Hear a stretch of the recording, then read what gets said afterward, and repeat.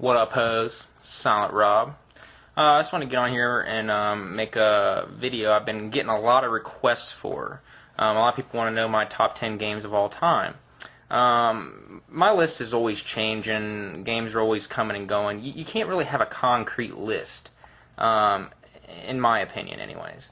If you make a concrete list that excludes the newer games from possibly getting on that list, my list has changed over the years fairly frequently, but this is my current list. And at number 10 is actually a series of newer games that have just come out that I had to put on the list somewhere.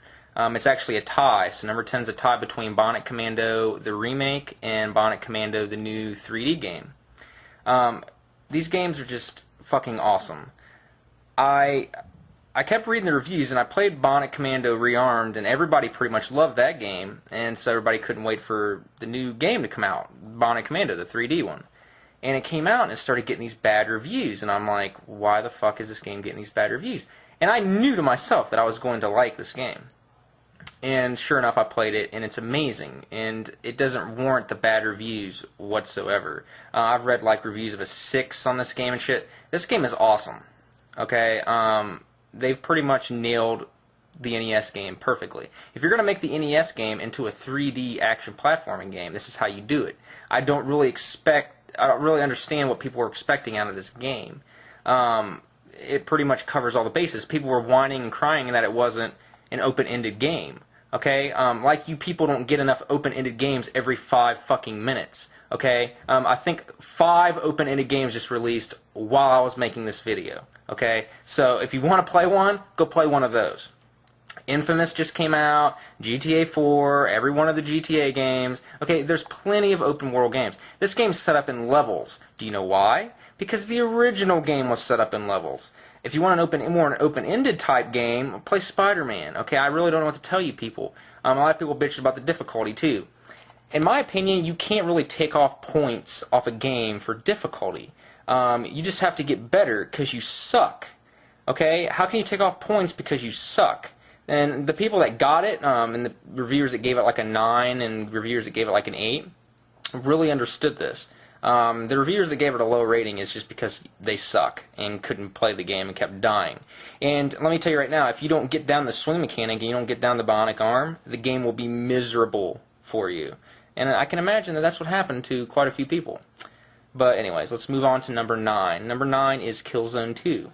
I had to put Killzone 2 on there somewhere. It's just too much of an accomplishment not to put on the list. It's just too amazing. I beat this game more times than I could possibly count, and I can't wait till the next one. So yeah, Killzone 2, I mean, it pretty much explains itself. The next game is Call of Duty 4, which I had to put on the list somewhere too. Call of Duty 4 and Killzone 2 are 2 games that have really blown my mind this generation. In my eyes, pretty much sum up this generation. Like, if 2 games had to be picked to sum up, like, next-gen gaming, it would be Killzone 2 and Call of Duty 4 for me. Call of Duty 4 was just amazing all around. Only game that I liked the multiplayer equally as much as the single player, and that says a lot because fucking Call of Duty 4 single player makes me want to fucking come. Okay? It's fucking awesome. And for a multiplayer to meet and exceed that is pretty fucking awesome. So, mad props to Call of Duty 4. You notice World at War is not on there. If I made the top 10 worst games of all time, then it'd be on there. I mean, yeah, it's not quite the worst game of all time, people, but World at War just doesn't click with me. To me, it's just the same game as Call of Duty 4, but with a World War II setting and a much worse single-player game. So, those that like Call of World at War, fine, that's great and all, but it's just not my type of thing. Number 7. This game kind of changed a few times. I'd probably go with Castlevania Symphony of the Night, which kind of covers all the bases. And when I say Castlevania Symphony of the Night, I'm talking about, you know, Castlevania. I'm talking about all the Metroid games that followed it. I'm talking about all the Castlevania games that followed it. Castlevania Symphony of the Night. I like that type of exploring the castle, exploring the place, using